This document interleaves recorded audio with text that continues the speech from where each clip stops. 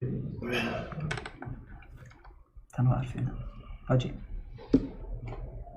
Estamos no ar. Olá, bom dia, quase boa tarde, nocauteiras e nocauteiros do Brasil e do mundo.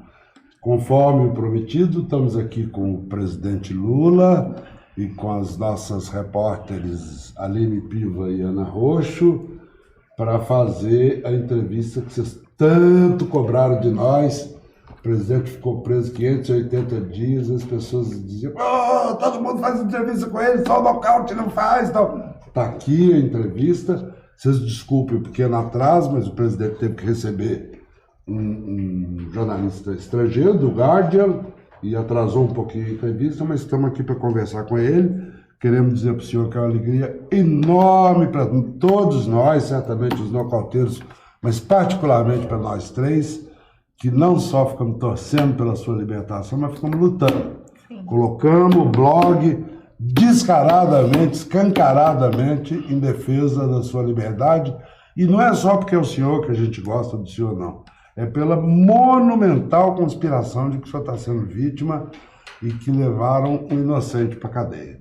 Então, para nós é uma alegria muito grande poder conversar com o senhor. E a gente fez um sorteio, e como eu sou o chefe, eu ganhei o sorteio, faço a primeira pergunta. Aqui nós somos todos honestos.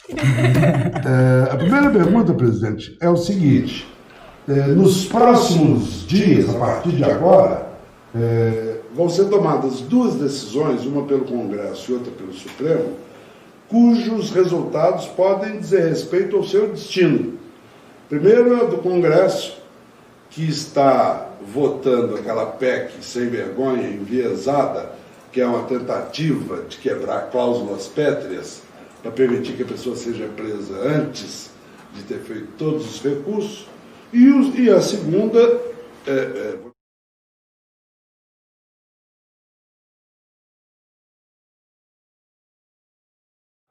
para anular a sua condenação no caso do triplex do Guarujá, pela suspeição que hoje é pública, o mundo inteiro sabe, depois do Intercept. Antes só seus advogados falavam. Agora que o Intercept vazou, está todo mundo acreditando que não era a defesa do Lula só, que havia uma conspiração para derrubar o senhor. Qual é a sua expectativa? Muita gente, depois que o senhor saiu, muita gente me pergunta: o Lula está livre ou está solto? Qual a expectativa do senhor, tanto no caso do Congresso quanto no caso do Supremo? Bom, eu na verdade estou solto só, né? Porque ainda corre o processo, e o grande processo da minha vida, o que eu desejo é a anulação do processo. Tá? A anulação, porque eu, embora não tenha saído da cadeia com nenhum espírito de vingança, mas sim com muita sede de justiça, eu quero provar que quem montou uma quadrilha nesse país foi o Moura da Leão e outras pessoas. Como eu sou um cidadão que respeita as instituições que são garantes da democracia, eu acho que essas instituições têm que cuidar para que não surja mais os mentirosos, os canalhas como Dallagnol, sabe, instituição como o Ministério Público. Agora, antes de dizer o que eu espero, primeiro quero cumprimentar a Aline, sabe, porque toda vez que eu encontrava o Fernando de Moraes, eu falava, sabe, das boas entrevistas que você fazia, e a nossa querida aquela Ana Roxo, sabe, que eu estou prazerosamente feliz de receber aqui. Olha, Fernando, eu espero que o Congresso Nacional tenha juízo. Uma Constituição não é um boletim, um manuscrito, uma coisa apócrifa que você pode rasgar e jogar fora toda hora. Você precisa garantir para a sociedade brasileira que a Constituição, que foi um dia chamada pelo saudoso Ulisses Guimarães como a Constituição Cidadã, sabe, prevaleça. Lamentavelmente, você tem um empobrecimento da elite brasileira, uma elite muito conservadora, que agora diz que a Constituição é uma atraso para o país. Sabe? Ou seja, na verdade, essa gente não gosta de mecanismo de proteção para a sociedade e nem de garantias sociais. Então, eu espero que o Congresso tenha a grandeza de não derrubar a questão do tanto julgado no Congresso Nacional. Porque, se o senhor permite, há uma certa malandragem do Congresso aí, né? Que eles estão querendo derrubar a cláusula pétrea sem mexer nas cláusulas pétreas. Então, essa é uma coisa. E a outra coisa é o Supremo. Fernando, eu tenho 74 anos de idade, eu comecei a fazer política no sindicato com 24 anos de idade. Portanto, eu tenho 50 em que eu faço política, o sindicato, o partidário do movimento social. E eu sempre primei a minha vida, meu comportamento, por acreditar, sabe, nas instituições que nós criamos para garantir o processo democrático brasileiro. E eu espero que a Suprema Corte tenha a sabedoria de reconhecer o papel da Suprema Corte e o papel de garantir o cumprimento da Constituição, e ela possa julgar o mérito de um processo como o meu. Eu não tô pedindo favor para ninguém, eu só quero o seguinte: se eu tiver culpa, tudo bem, julguem, prove para a sociedade que eu tenho culpa e me punam. Agora, se provar que o Moro fez sacanagem, que ele é um juiz de má fé, que ele foi mau caráter no processo do julgamento, que ele seja punido em defesa da própria instituição. Se provar, se o Dallagnol, um cidadão que vai na televisão, faz um PowerPoint dizendo que, eu sou chefe de uma quadrilha, quando ele termina, depois de 1h30, que eu espero que ele vai apresentar uma denúncia, ele fala, não me peçam provas, esse cidadão deveria ter sido exonerado naquele dia e deveria ter sido preso. Quando um policial federal, em nome de uma instituição poderosa que eu também respeito, faz um inquérito e ele inventa mentiras, esse cidadão não pode ficar numa instituição, não pode ser concursado, porque o concurso ele só mostra que a pessoa tem um conhecimento específico naquela coisa, mas o concurso não mostra o caráter. Ele não mostra que tipo de ser humano você está lidando. Então, o que eu quero é isso. O que eu quero é que esse país volte à normalidade. Para voltar à normalidade, esse meu processo tem que ser anulado e os responsáveis têm que ser punidos. Porque não é possível. Não é possível contar uma mentira de uma pessoa que começou muito novo na política e que eu desafio qualquer um deles. Prova um erro meu no gerenciamento do meu governo. Prove 1 centavo de desvio.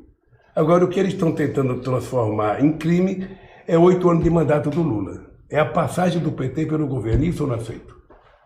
Por isso que eu estava tão nervoso lá dentro e tentei me dominar o tempo inteiro para não permitir que o ódio tomasse conta da minha cabeça. Porque toda vez que eu ficava nervoso, eu pensava, o povo está pior do que eu, tem gente pior do que eu, tem gente comendo pior do que eu, tem gente morando pior do que eu estou aqui, E isso E depois aquele povo cantando parabéns, cantando lá na porta. Bom dia, boa tarde, E depois eu vendo o nocaute lá no dia seguinte, no dia de atrás, Lula livre lá atrás. Então foi legal. Eu espero essa votação da Suprema Corte, que ela reponha a verdade, porque eu mesmo preso, eu vi aquele Dallagnol descarado ameaçar o Congresso Nacional, ameaçar a Câmara, ameaçar o Senado, ameaçar o Procurador-Geral, ameaçar a Suprema Corte. Moleque irresponsável, desaforado. Então, essa gente não pode achar que eu estou nervoso, o Lula está nervoso, o Lula não pode ficar nervoso. É o seguinte, os caras me prendem. Eu tenho que ficar calmo, só faltava eles quererem que eu saísse pedindo desculpa. Desculpa, porque eu não fui um bom prisioneiro. Desculpa, Não, eu quero justiça. E justiça passa por esse cidadão ser punido pelas instituições que eu ajudei a criar, que é o Conselho Nacional do Ministério Público e o Conselho Nacional de Justiça. Então, é o seguinte, meu caro, dignidade e caráter não vendem em shopping. Você nasce de berço com ele. E a dona Lindu me deu caráter e me deu dignidade, eu vou brigar por ela até o fim da minha vida. É isso. Então eu sou um cara esperançoso, Não sei por quanto tempo eu vou poder viajar esse país e lá, mas eu vou andar. É o que eu sei fazer. Discutir política com esse povo e levantar a moral da tropa. A tropa está com a moral muito baixa. Nunca tivemos uma turma tão ruim. Você viu um deputado do PSL ontem, não respeitou que hoje era dia da consciência negra e foi quebrar destruiu uma arte, um desenho. Como é que pode essa gente fazer política? Essa gente não teve nenhuma noção de convivência democrática na diversidade. Ele não sabe que o bom é a gente conviver com os diferentes, sabe? Então, estou na briga, meu querido. Pois é, disso que eu queria também. Estou esperançoso. Eu sou um homem de bem, sabe? Acredito nas coisas. Agora, eu também sou de brigar. Sou de brigar porque eu, no fundo, estou defendendo a minha honra. Sabe? E honra para nordestino tem muito valor, Fernando. Eu não sei como é que é outro lugar, mas para nordestino tem muito valor. Sabe? Eu vi os 3 discursos que o senhor fez depois que saiu da cadeia. O de Curitiba, o de São Bernardo do Campo e o de Recife, anteontem. O senhor saiu da cana com a faca nos dentes, né? Sentando a burduna. Não, eu não estou com a faca nos dentes, Fernando. Veja, primeiro eu estou vendo o governo destruir o país, porque o Bolsonaro fica com a estupidez querendo governar com fake news, mentira para tudo quanto é lado. O Guedes aproveita e vai vendendo o Brasil e vai destruindo aquilo que foi construído como patrimônio do povo. E o país está sendo quebrado, desemprego muito alto, sabe, salário muito baixo, renda média caindo, piorando a qualidade da educação, acabando com o investimento em ciência e tecnologia, sabe? Até hoje o presidente não foi saber de onde veio esse óleo, ele preferiu culpar a Venezuela. É como se você estivesse andando na rua, um cidadão tomasse um tiro e você ficasse procurando quem é que atirou ao invés de socorrer o cara. Primeiro socorre o cara, ou seja, tem um óleo na praia, primeiro vai descobrir quem é que soltou aquilo, tira aquele óleo e depois vai ver quem é o culpado. Não, mas a primeira coisa que eles fizeram foi achar o culpado, sabe? Dando a impressão de que quanto mais óleo viesse e fosse da Venezuela, mais importante seria para a tese dele. É um absurdo o presidente não ter coragem de ir lá, sabe? Não ter coragem de ir no desmatamento, nem no Pantanal, nem na Amazônia.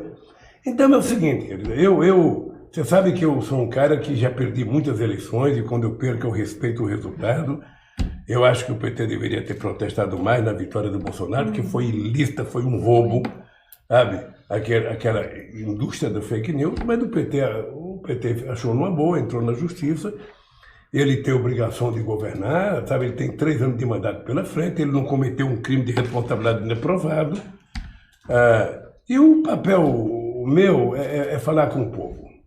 E não me peçam paciência, nem com o Bolsonaro, nem com o Moro, nem com o Dallagnol. Eu só quero justiça, só isso. Nada mais do que isso. Não é crime você querer justiça, é? Não é, então eu quero. Tá bom. Eu quero recuperar, sabe, o respeito que eu ganhei na sociedade brasileira durante toda a minha vida. Agora, tem gente que acha que fica meio espantado, ontem a gente estava falando disso, de ver o senhor sentando a burduna nas iniquidades desse país, nas barbaridades que estão acontecendo, mas depois lendo no jornal que o senhor vai se encontrar com o Rodrigo Maia e fica dizendo, como é que é isso e tal? Não, ontem até me ligaram de Brasília, a Gleice me ligou dizendo, presidente, teve aqui no jornal que o senhor vai conversar com o Rodrigo Maia. Eu falei, olha, o que vai acontecer é que o desmentido vai se dar na hora que eu não for. Sim. Não que eu não possa conversar Sim. com o Rodrigo Maia, sabe? Se um dia ele precisar conversar comigo, tiver um assunto interessante e eu precisar, eu não tenho nenhum problema de conversar. Sim. Mas não é o caso agora. Não marquei, não pedi, ele não marcou e não pediu. Sim. Quem inventou que trata de desmentir. Aliás, Fernando, eu estou abismado, eu estava preso, eu vi a quantidade de futrica, de gente falando por mim. Sabe? É o seguinte, todo dia eu fazia uma coisa que não estava na minha agenda. Sabe? Então eu acho que o pessoal preocupado com como é que vai ser minha vida vai ser normal. Eu não tenho como esconder aos 74 anos que eu faço todo dia.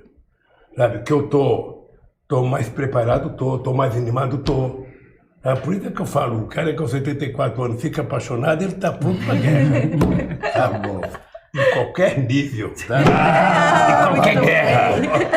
Então eu tô bem. Sabe o que é o cara tá bem? Tô bem. sabe? Estou bem na política, estou bem, sabe, no meu namoro, estou bem no meu futuro. Eu sou um cara que penso grande, sabe? O cara que pensa pequeno morre cedo. Eu estou ali, ó. Chegará aos 120? Hein? Chega aos 120? Eu não sei, eu tenho uma tese, sabe? Não é possível, sabe, que se já nasceu o cara que vai viver até 120, não seja eu. Deus não poderia ser tão injusto comigo. Como eu sou um cara que sou amigo do Todo-Poderoso, eu acho que eu fui escolhido. Não, você sabe que eu tenho uma tese que é o seguinte, a tese minha é o seguinte, é que quando eu morrer, eu quero lá para meia-noite dar uma brilhinha nos olhos só para ver quem é que está lá chorando, quem são os amigos que estão lá. E quem tá feliz, né? Os felizes acho que não vão, não. Bom, eu, como sou materialista místico, bato na matéria. Materialista mesmo. Presidente, eu queria aproveitar para, nisso que a gente está falando aí do Rodrigo Maia, falar um pouco de rancor. A gente sabe que o senhor é muito pouco rancoroso, eu guardo todo o rancor pelo senhor, se eu quiser. Eu queria saber como é que está isso, assim, que limite que vai essas parcerias. A gente viu a Marta acenando já, tem o Ciro também, né, que não está acenando, muito pelo contrário. E como que está pensando essas parcerias para a prefeitura agora de 2020? Tem possibilidade do PT... a gente já viu aí do Freixo, o Boulos aqui em São Paulo, a Manuela Dávila, como que está isso? Ana, por que eu não guardo rancor? A vida inteira, a minha vida inteira, eu nunca fui de guardar mágoa. E eu acho que é uma lição que eu aprendi com a minha mãe. Porque a minha mãe, em momentos muito difíceis, em que a gente estava sentado, 8 filhos perto dela e não tinha o que colocar no fogão para cozinhar para a gente comer, eu nunca vi minha mãe com raiva. Ela dizia, amanhã vai ter, amanhã vai melhorar. E eu acho que foi com ela que eu aprendi a ser assim. Então eu não guardo raiva das pessoas, porque quem sofre é quem guarda raiva. Por exemplo, quando eu não gosto de um cara, eu não leio o artigo do cara. Porque o cara que fez o artigo, ele fez para te sacanear. Ele quer que você leia e quer que você fique nervoso, quer que você não durma, quer que você... Então, eu não leio. Então, eu não fico nervoso. Se alguém achar que vai me deixar nervoso, vai morrer nervoso, porque eu não vou ficar nervoso. Sabe, isso é para me proteger. Para me proteger. Então, foi a minha vida assim no sindicato, foi no PT, foi na presidência. Sabe, eu sempre tentei evitar... deixar que o rancor, que o ódio tomasse conta de mim. Sempre, sempre, sempre, sempre. Mas mesmo quando uma pessoa insulta o senhor, Ciro, por exemplo... Não, veja, a minha raiva dura 30 segundos. Sabe, quando um cachorro latir para mim, eu não vou latir para ele. Vou ficar latindo na esquina. Sabe? E eu acho que isso é mais duro para a pessoa que quer brigar do que se você ficar brigando. Mas é uma forma de ser. Olha, com relação, Ana, de aliança política, veja, o pessoal inventa muita coisa contra o PT, desde que o PT nasceu. Eu lembro que quando o PT nasceu, eu tinha que explicar porque a estrela do PT tinha 5 pontos, eu tinha que explicar porque eu tinha barba, eu tinha que explicar porque tem a bandeira vermelha, tudo era motivo de explicação. Minha barba... No detalhe eu falar, Jesus Cristo era barbudo, o Tirante era barbudo, o cara estava incomodado, era com a minha barba. Sabe? Então, o PT sempre... É que o PT nasceu grande. Então, o que acontece? Agora inventaram a tarde que é o seguinte, o PT vai polarizar, o Lula solta, ele vai polarizar. Olha, se você não tiver um partido que queira polarizar, não tenha partido. Porque o PT nasceu para polarizar. O PT nasceu em 89, nós polarizamos, em 94, em 98, em 2002, em 2006, em 2010, 2014 e 2018. E vamos polarizar em 2022.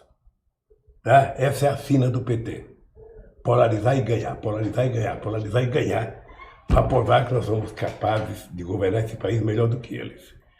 A segunda coisa é a eleição. Eleição municipal. Veja, um partido que não tem candidato, ele não tem condições de se projetar. Sabe? Ele não tem condições. Então você tem uma cidade importante como São Paulo, uma cidade importante como Rio de Janeiro. Eu não sou contra o PT apoiar o Freixo, eu não sou contra o PT fazer aliança aqui em São Paulo, não sou. Agora, eu acho que um partido do tamanho do PT tem que ter candidato, até para defender sabe, as teses do partido, o programa do partido. Por que nós construímos eleições em 2 turnos? Exatamente para que todos os partidos pudessem ter candidato no primeiro turno e no segundo turno, 2 mais votados disputassem a final. Sabe? Então, se o PT não for para o segundo turno, o PT apoia um candidato que seja progressista, que seja de esquerda. Se o PT for, a gente espera contar. Mas essa é uma das queixas da esquerda, de que o PT topa fazer aliança desde que o PT esteja hegemonizando, esteja na cabeça. É verdade, é verdade. Agora, é o seguinte, as pessoas têm que ter candidaturas competitivas para você cabeça de chapa. Sabe? Obviamente que se você tem alguém, um candidato que aparece melhor do que os teus, mas não tem, esse é o dado concreto.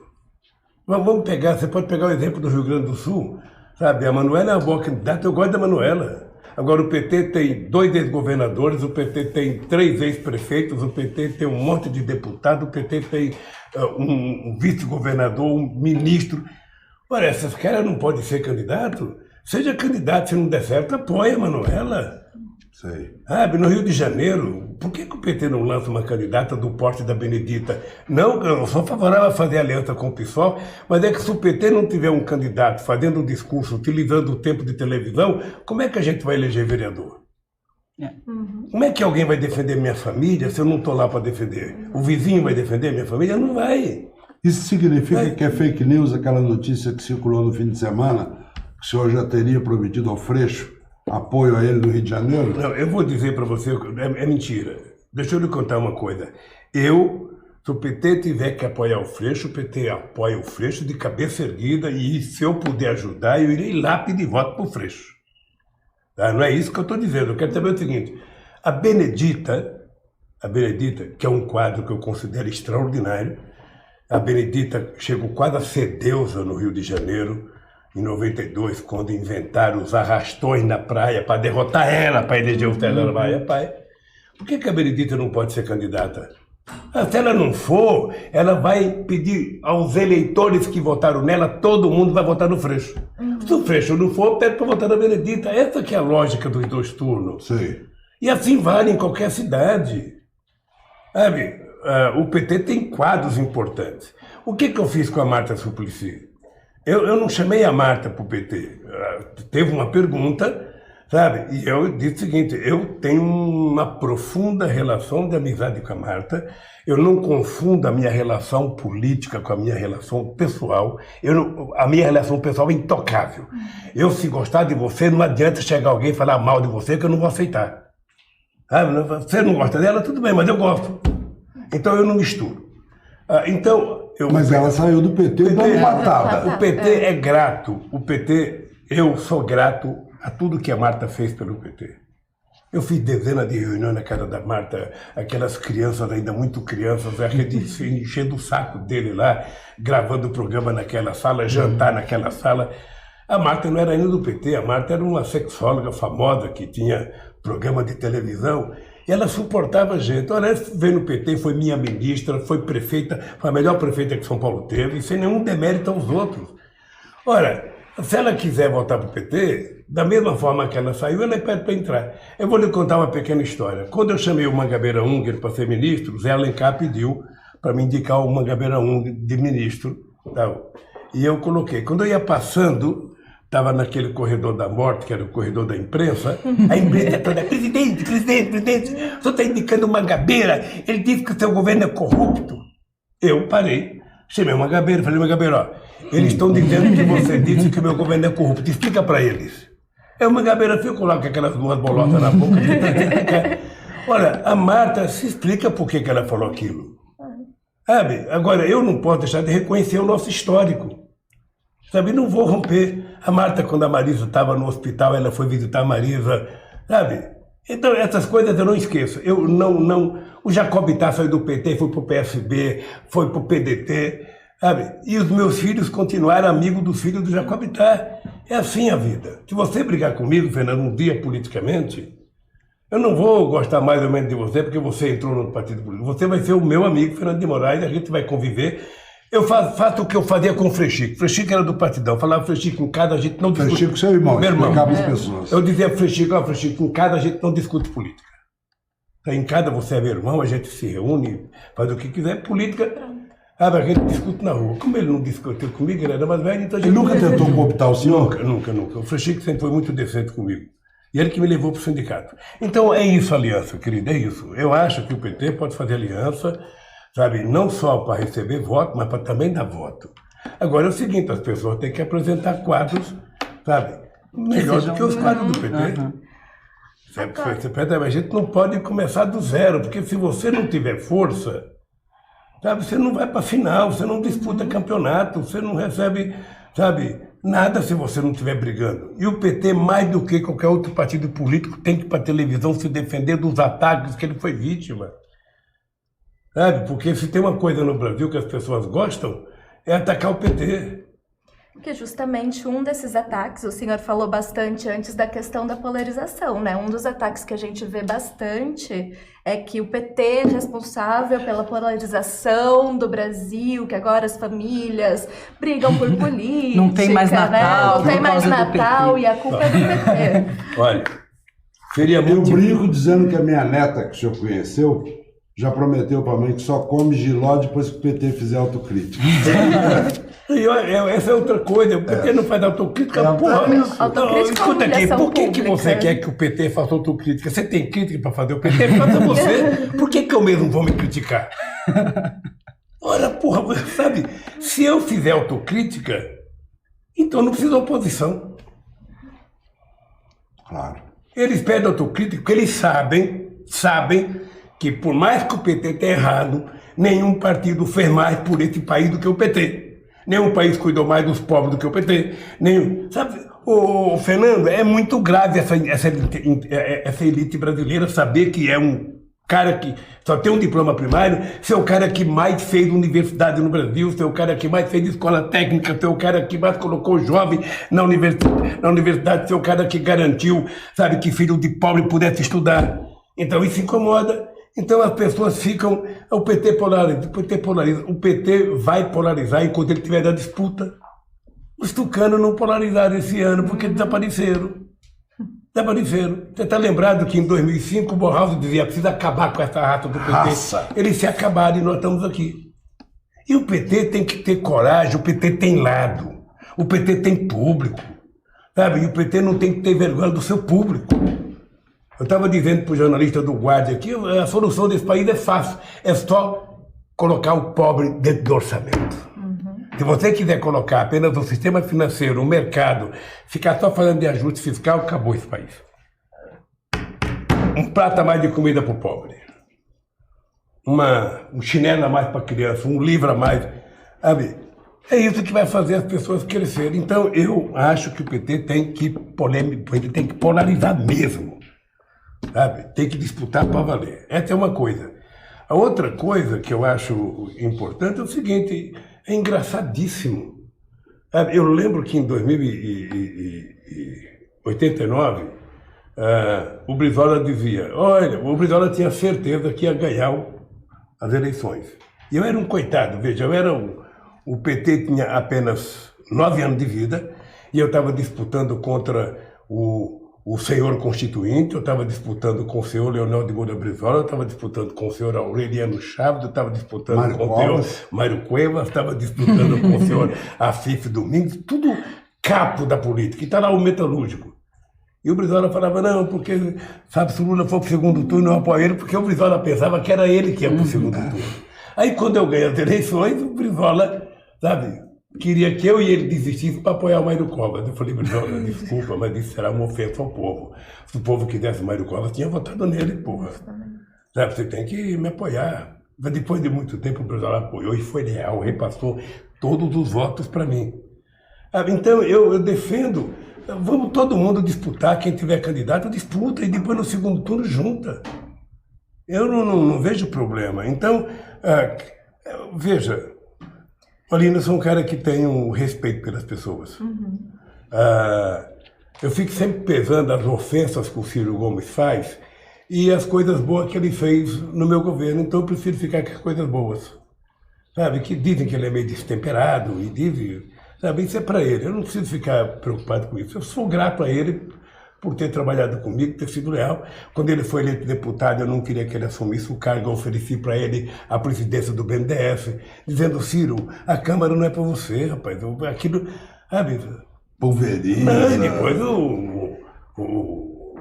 o Ciro não é o homem do debate político, porque ele é o homem de uma verdade só, que é a dele, sabe? Não dá para o parlamento, ele não quis, sabe? E depois, na vitória do Haddad, ele foi embora para a França, e foi nós que criamos o caso. Quer dizer, você está xingando o povo que votou no Haddad porque não votou nele, o povo que votou no Bolsonaro não votou nele. Então, eu não vou ter essa preocupação com a polarização. O PT é o mais importante partido de esquerda da América Latina. E vou dizer, não existe nenhum partido similar no mundo igual ao PT. O PT só perde para o Partido Único da China e para o Partido Único de Cuba, sabe? Mas o PT é o grande partido desse país. Por que nós vamos abrir mão da nossa grandeza? Por que nós vamos abrir mão da nossa grandeza? Você veja, deve incomodar muita gente, porque eu fui para o segundo turno em 89 e 94. Eu fui o segundo colocado em 89, 94, 98, em 2002 eu fui o primeiro, 2006 o primeiro, 2010 o PT foi o primeiro, 2014 foi o primeiro. E se eu fosse candidato em 2018, eu teria ganho as eleições, e essa era a razão pela qual é importante vocês saberem por que eu fui me entregar. Porque eu poderia ter saído do Brasil, eu tive oportunidade, eu tinha convite, eu tinha que ir para a embaixada. Eu não quis ir porque eu não queria ser tratado como fugitivo. Eu tenho tanta certeza da canalhice que fizeram comigo, que eu falei, pois eu vou lá para junto deles, para poder ficar gritando de lá, sabe? E foi isso que eu fiz, e agora, sabe, eu estou aí para fazer o partido crescer, para disputar eleições.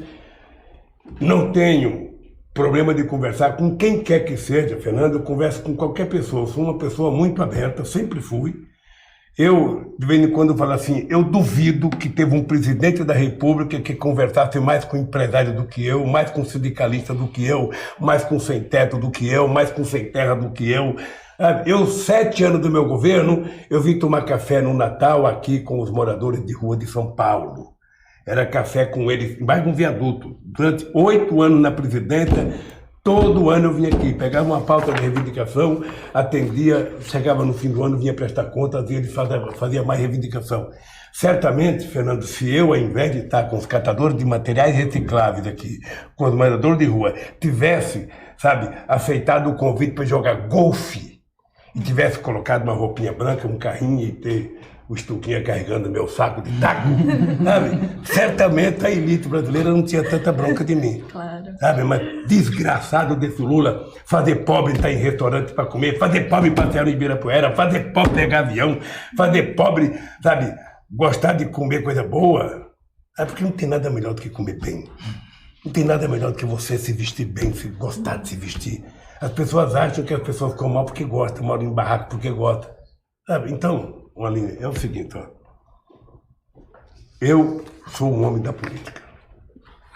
Sou um homem da política. E eu acho o seguinte, quem quiser me derrotar, pode me derrotar. Mas tem uma coisa, tem que trabalhar mais do que eu. Eu não tenho preguiça. Você quer que o Lula fique com preguiça, é sentar no sofá. Se eu parar de trabalhar e sentar no sofá, logo me vem o sono. Mas se eu estiver em atividade, eu já fiz comício em Manaus, eu cochilei no palanque em pé. Acho que até estava roncando. Aí me dá o microfone, eu fico vivo outra vez. E eu gosto. Você tem uma coisa que eu gosto, é conversar com o povo.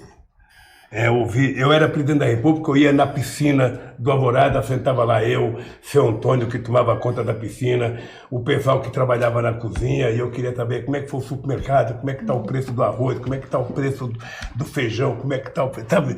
Aquilo era a minha vida ali, ia trabalhar na segunda-feira sabendo o que o povo estava pensando. Sabe? Então, o PT vai continuar sendo grande.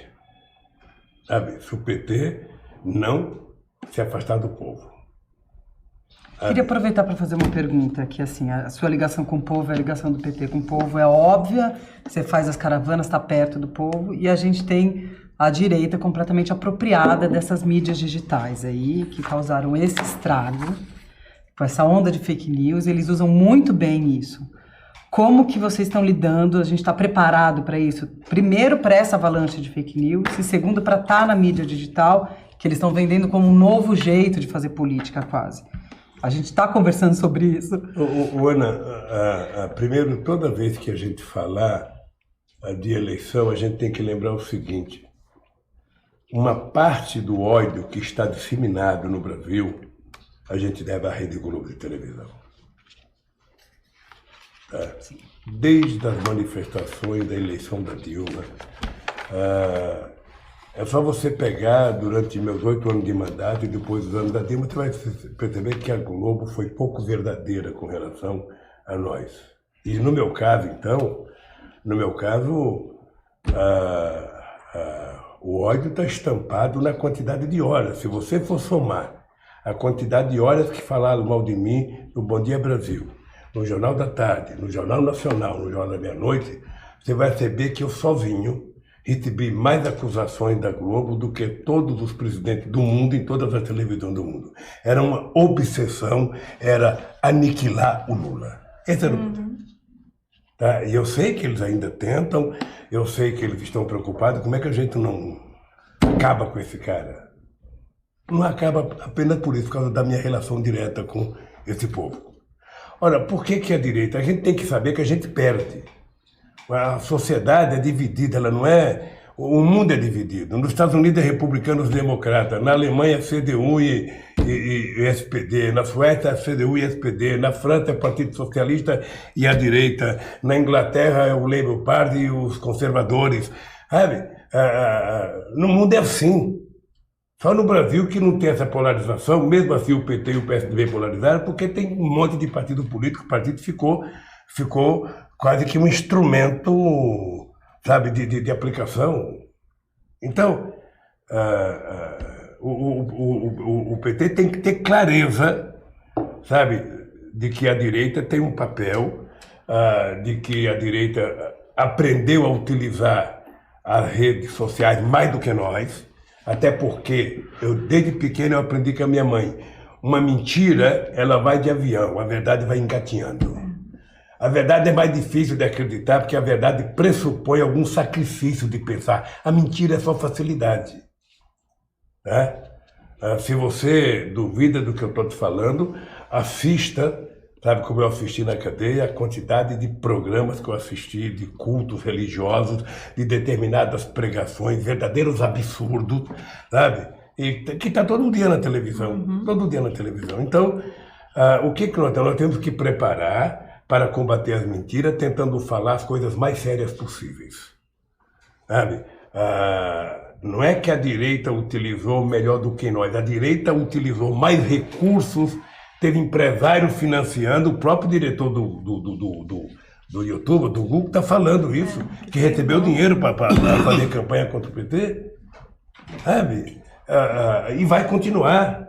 Não é? Pois é, presidente, mas aí entra a questão que ela levantou, que é o seguinte: por que o PT não reage a isso usando as mesmas armas? O campo progressista aqui tem gente na universidade, tem cientistas da maior qualidade, na Rússia tem gente disposta a ajudar, na China. Mas não vamos. Nós claro, não podemos, sem espalhar mentira, para roubar a expressão da dona Lindu, o discurso de rua está andando, está engatinhando, e a internet está indo de avião. Mas é o discurso de rua que pode ajudar o nosso povo a ir para a internet.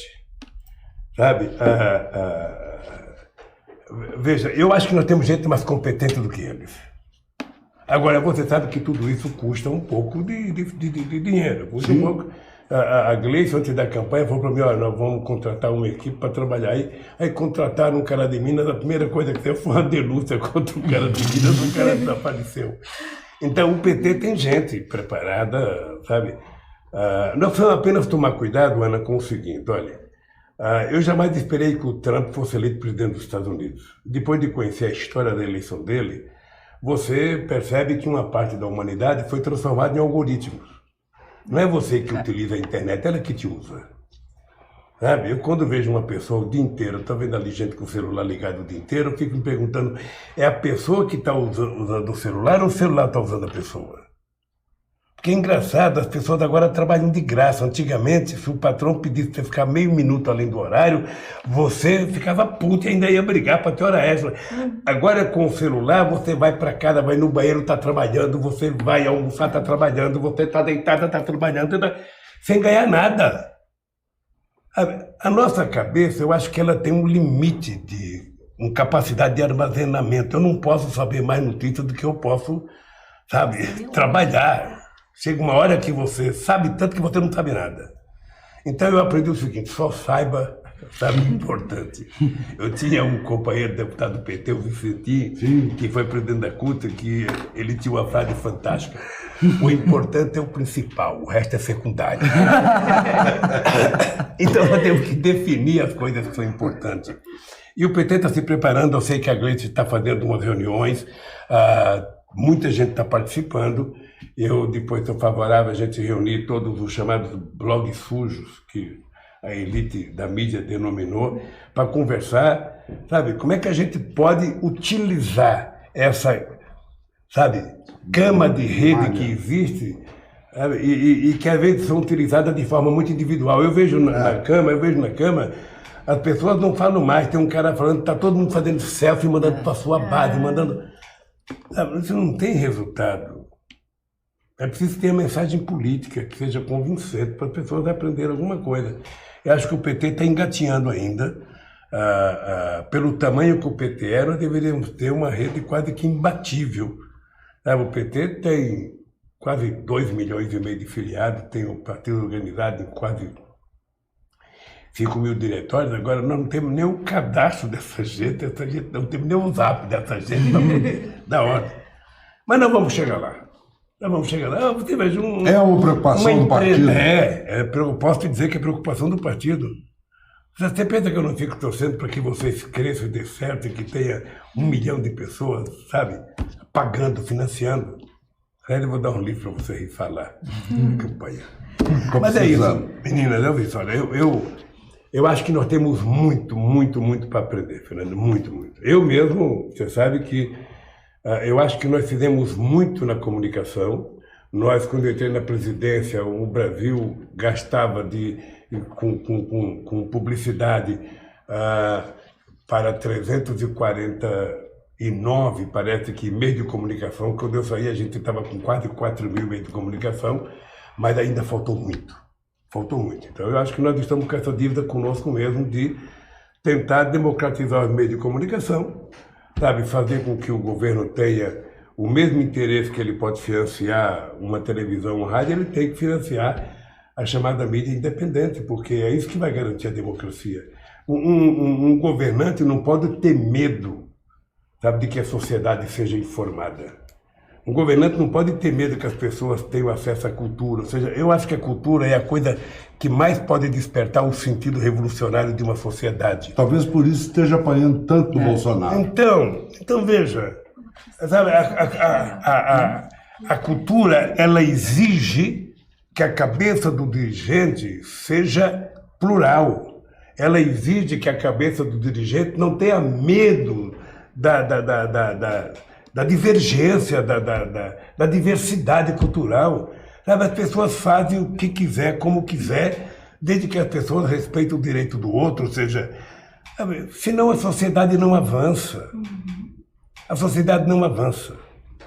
Sabe? Então, eu acho que essa coisa que está acontecendo hoje, de se meter na educação, de se meter na cultura, tudo é proibido, nada pode, ou seja, nós temos que recontar a história desse país.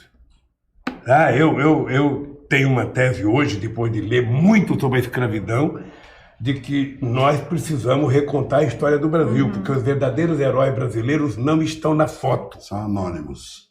São anônimos, porque foram enforcados, foram decapitados, foram salgados e não apareceram na foto. Por isso que se criou a máxima de dizer o Brasil não gosta de briga, o Brasil gosta de um jeitinho. Gosta de um jeitinho porque mataram os que gostavam de briga antes.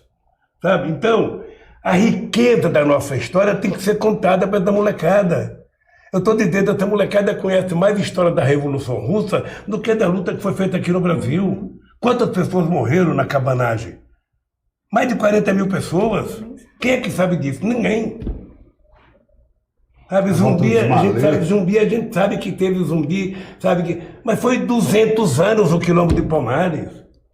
Chegou um momento que eles tinham mais gente do que na cidade. Então ninguém sabe. O Chaves falava do general Abreu e Lima, ninguém sabia quem era. Agora eu estou lendo a biografia do Abreu e Lima, que a Marília Arraes mandou para mim.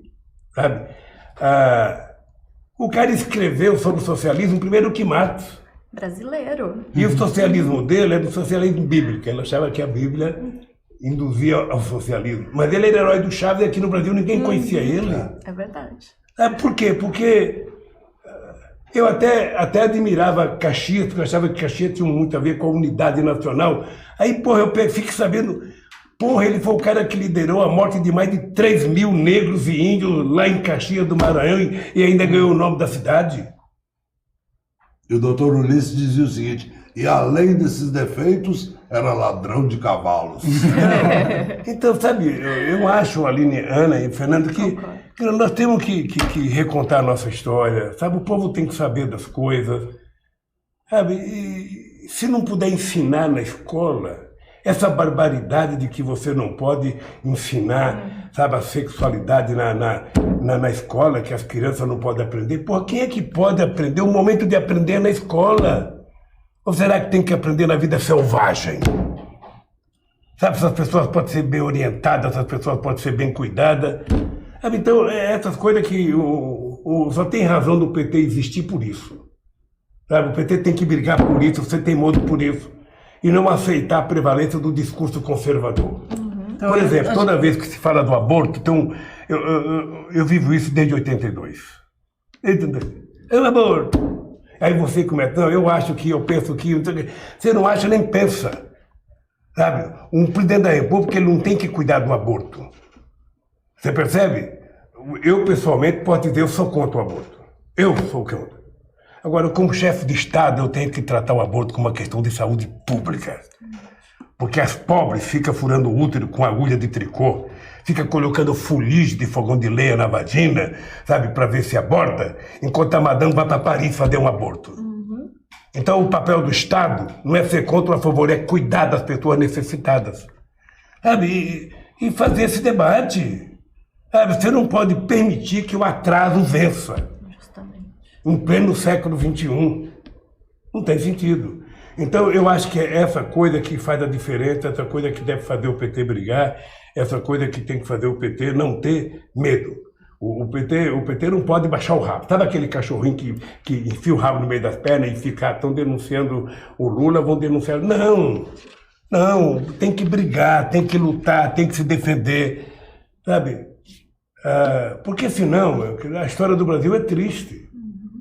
Pega a história desde a proclamação da República, que já foi uma mutreta feita pelos paulistas, ou seja, até a morte do Getúlio, até o Juscelino, eu até pensei, bom, não gosta de mim porque eu sou nordestino, não tenho um diploma, aí a Dilma, sabe, da Unicamp, sabe, não sei das contas, mulher bem formada, porque não tem nada. O Haddad, quando eu indiquei, eu brinco com o Haddad, quando eu indiquei o Haddad para ser prefeito, o Haddad... Assim, eu falei, pô, esse cara é bonitão, esse cara é alto, esse cara tem 3 diplomas, ele é filósofo, ele é advogado, ele é economista, ele é um cara de classe média, porra, vai ser tratado a pão de ló, tratado um caceta, apanhou que nem gente ruim, sabe? Todo dia apoiava. Eu vejo alguns programas, chovia, cadê o Haddad? Por que o Haddad não está na água? Por que o Haddad não está bebendo água? Agora chove, ninguém fala nada. Então, o PT tem que ter consciência. A bronca que tem do PT é pelas virtudes do PT, não é pelos defeitos. Sabe? Quando o PT fala, faz autocrítica, PT, faz autocrítica, é porque as pessoas querem que o PT diga, eu errei, sabe? E eu acho que nós acertamos mais do que erramos. Quem tem que fazer autocrítica é quem está aumentando o número de moradores de rua em São Paulo. É quem está dificultando o filho de pobre entrar na universidade. É quem está punindo artista. É quem está querendo controlar a qualidade de aula, não pode mais falar as coisas que o povo tem que aprender. A história tem que ser a dele. O Ustra tem que virar herói nacional. Então não vamos ficar quietos? Engolir. Então nós só temos que brigar. E não ter bronca da pessoa, sabe, que diverge. Ah, porque a família não está conversando. Conversa, porra. Entre família você pode brigar, né? Pode brigar. Mas você acha que a gente consegue essa coisa de converter um bolsonarista que fala que nazismo é de esquerda, que relativiza a tortura, que fala que artista é vagabundo, índia é vagabundo, terra plana. Essa gente não tem conserto, gente. Essa gente, olha, Essas a gente pode desistir. Um torcedor fanático do Palmeiras, você não faz ele ter bom senso. Tá? Um torcedor fanático do Corinthians, você não faz. Tá? Agora, um torcedor, você faz. Você percebe? Veja, o Bolsonaro é o único cara que tem no ministério o único astronauta brasileiro. Então esse astronauta tem a obrigação de dizer Bolsonaro. Bolsonaro, presta atenção. O tal do Olavo de Carvalho é mentiroso, a Terra não é plana, a Terra é redonda, tá aqui a fotografia, eu tive lá em cima.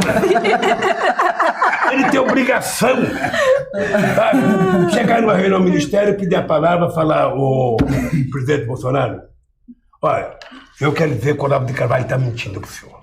Eu tive lá em cima, eu fotografei, sabe? A Terra é redonda. Nem isso ele fala, porra. Nem isso ele fala. Então, esse fanatismo, ele existe em tudo quanto é lugar. Você tem lulista fanático, sabe? Você tem brizolista fanático, você tem. Brizolista, será que ainda tem? Ainda tem. Olha, gente. O Brizola tem história, o Brizola foi um homem sério. Mas deixa eu falar uma coisa para você. O problema é que eles levaram o sectarismo, a ignorância absoluta, sabe? Falar determinadas coisas que eles falam, eles veem comunismo até na Globo. Até na Globo, eles veem o comunismo, sabe? Se eles fossem minimamente inteligentes, se eles tivessem um pouquinho de pedigree de inteligência, eles sabiam que o Lula nunca foi comunista, nunca foi anticomunista. Eu lembro que a primeira vez que perguntaram para mim, você é comunista? Eu falei, não, sou torneiro mecânico. Para ninguém me encher o saco. Sabe? Então eles ficam mentindo. E as pessoas que são ignorantes acreditam em mentira e gostam de mentira. Sabe? Quando o cara é ignorante, qualquer mentira pega é o que ele quer. Tá? Ninguém te passa na matéria séria no teu celular. Você pode ver que você passa o dia inteiro, você recebe 500 bobagens. Uma matéria séria... Ô, Ana, aprende isso aqui que você pode ganhar R$1 a mais nas suas peças de teatro. Ninguém aparece, mas bobagem aparece todo dia. Sacanagem é todo dia, mentira é todo dia. Sabe? Então é isso que nós temos que enfrentar. Mas não enfrentar fazendo o jogo que eles fazem. Eu acho que o PT não tem que fazer o jogo rasteiro que eles fazem.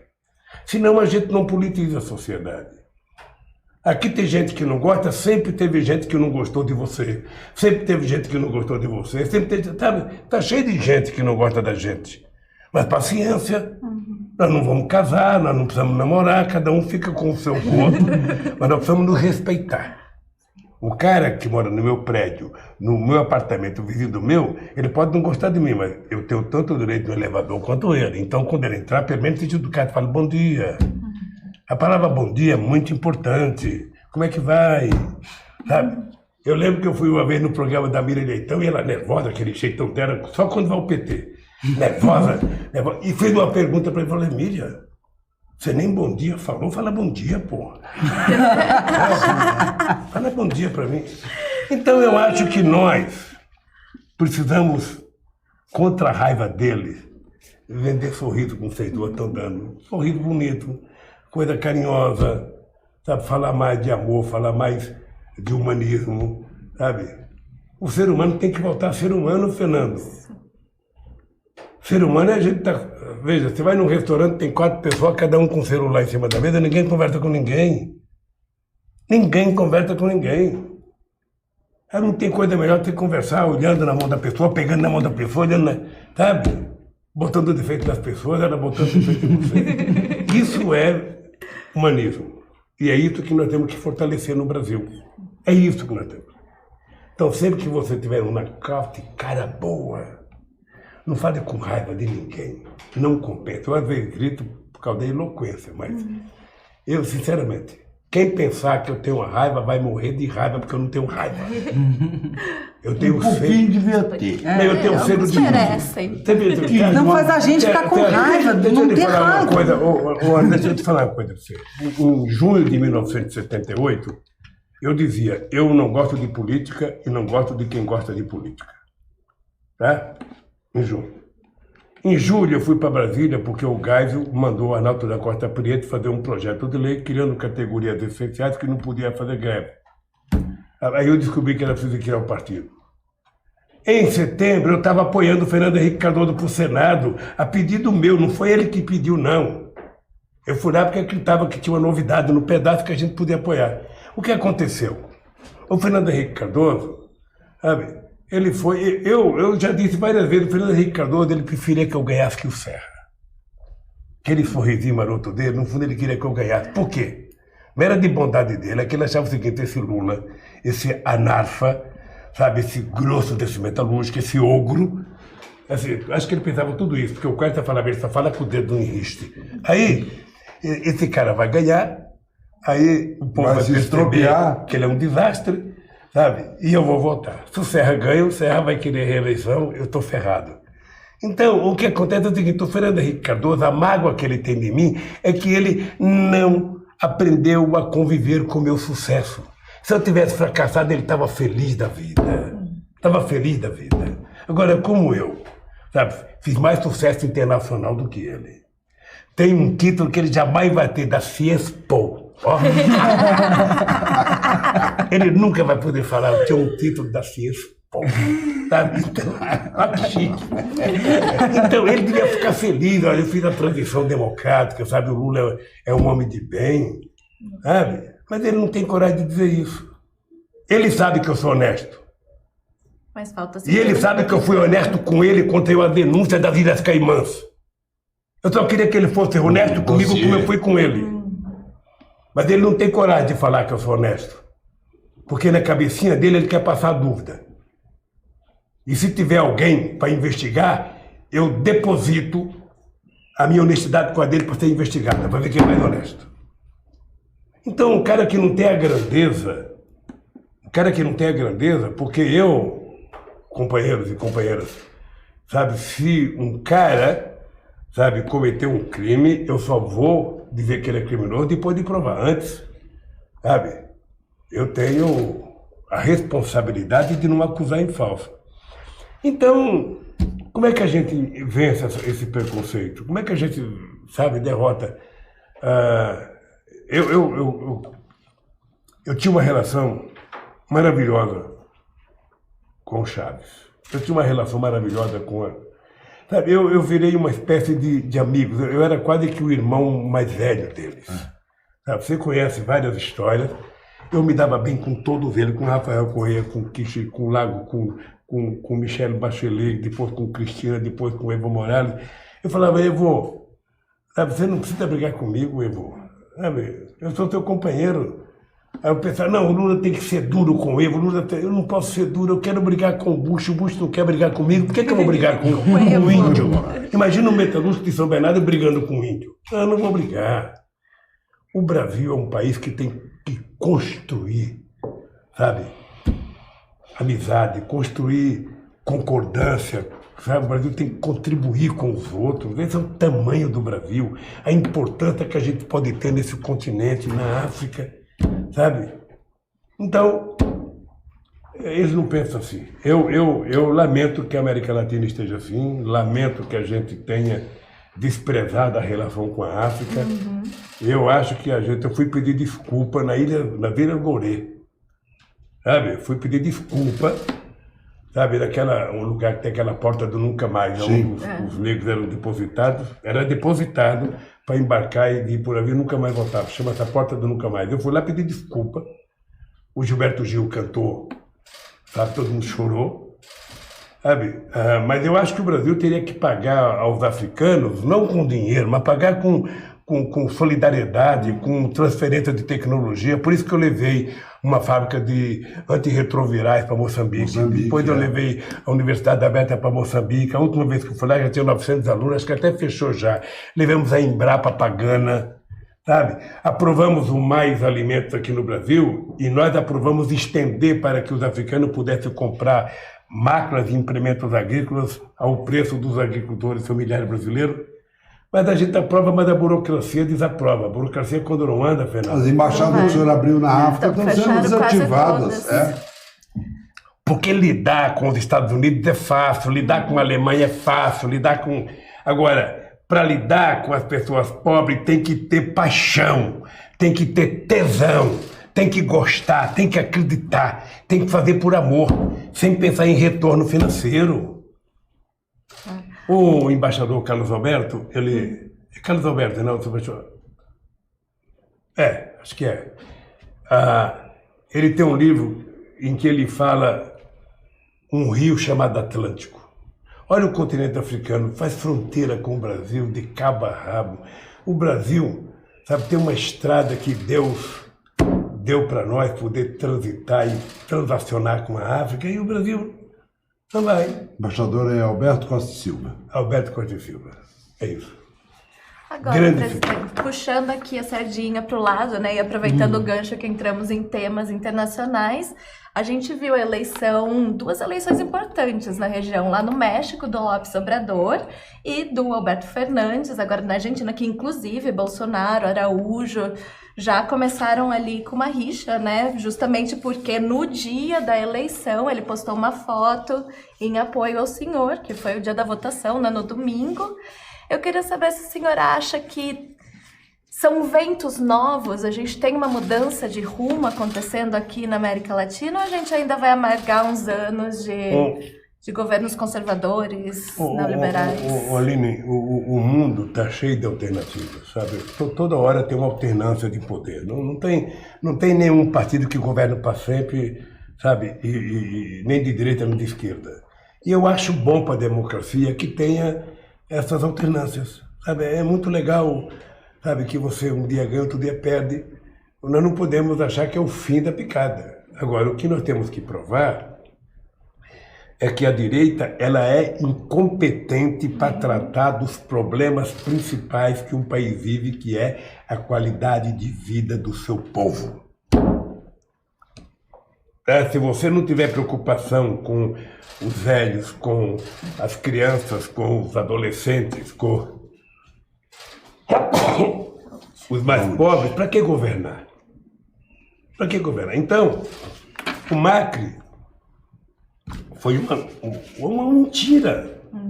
Uma mentira. O cara acha que governar o Brasil é governar o Boca Juniors. Não, é diferente. É diferente. Governar a Argentina é complicado. A Argentina já foi a quinta economia do mundo. A Argentina empobreceu, ela melhorou no tempo do Kirchner e da Cristina e voltou a empobrecer em 4 anos como... Impressionante. Tem gente que me diz que não consegue andar em Buenos Aires, tanta gente na rua. Esse cara governou para quem? Ainda endividou a Argentina, foi pegar dinheiro emprestado. Não existe hipótese, eu estou tendo aqui, olhando para a câmera tua aqui, não existe hipótese do FMI ajudar alguém. O FMI, quando a crise foi nos países ricos, o FMI não teve coragem de abrir a boca, não deu um palpite. Agora, quando é na Argentina, ele acha que pode ajudar. E eu acho que quem for pedir dinheiro lá nunca mais sai. É como a agiota. Sim. O FMI faz o papel da agiota. Sabe? Então,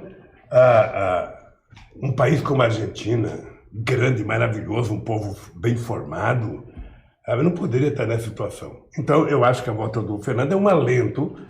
Sabe? Como eu acho que, veja, eu acho que a gente vai ganhar no Uruguai. Mas também, se não der certo e não ganhar, e nós estamos lá já há quase 15 anos, 2 mandatos do Tabaré e um do Pepe, sabe? Chega uma hora que as pessoas falam, pô, vou experimentar aquele feijão ali, que deve ser melhor. No Brasil, depois de... Eu acho que no Brasil a gente ganharia 2018, mas chega uma hora que as pessoas também cantam, se a gente não inovar, se a gente não fizer muita coisa boa. Eu, por exemplo, tinha dúvida do 4º mandato do Evo. Eu sempre me coloquei contra pro Chaves. Eu dizia pro Chaves, quando é que você vai arrumar um sucessor, porra? Porque também a gente não pode achar que a gente é imprescindível ou insubstituível. Não existe essa possibilidade. Quando você começa a pensar está nascendo dentro de você um ditadorzinho. Eu me amo, sabe? Não pode ser assim. Você tem que conviver. O cara perdeu. O cara ganhou. Para quem está no governo como o PT, já há 14 anos é difícil você perder. Agora é o seguinte, é que 4 anos, para quem está na reserva, demora pra cacete. Pro Bolsonaro passa muito rápido, ele deve estar falando, poxa, foi um ano, cacete, já. Acaba logo. E você tem que ficar pensando o que eu fiz, o que eu produzi. Sabe? Então, o que o PT tem que ter paciência? Sabe aquela famosa frase do Che? Ser duro, pero sem perder a esperança. O PT tem que ser duro na oposição. O PT tem que ser duro na cobrança de políticas corretas. O PT tem que apresentar para a sociedade, sabe, como é que seria o Brasil hoje se o PT tivesse no governo, como é que a gente recupera a economia. E eu acho que nesse aspecto a vitória do Fernandes é uma boa medida. Eu queria aproveitar uma garupa aí na pergunta da Aline. O Fernandes, candidato a presidente da República na Argentina, veio visitar o senhor na cadeia, correndo risco da direita aproveitar isso lá contra ele, e não veio escondidinho, não. Saiu de boné vermelho na cabeça e fazendo L. Ganhou a eleição, a primeira foto dele, que é um selfie com a família, com os assessores, é ele fazendo L de Lula livre. O senhor vai à posse dele? Aproveito para perguntar uma coisa. Confiscaram o seu passaporte? O senhor tem passaporte? Não, meu passaporte foi roubado.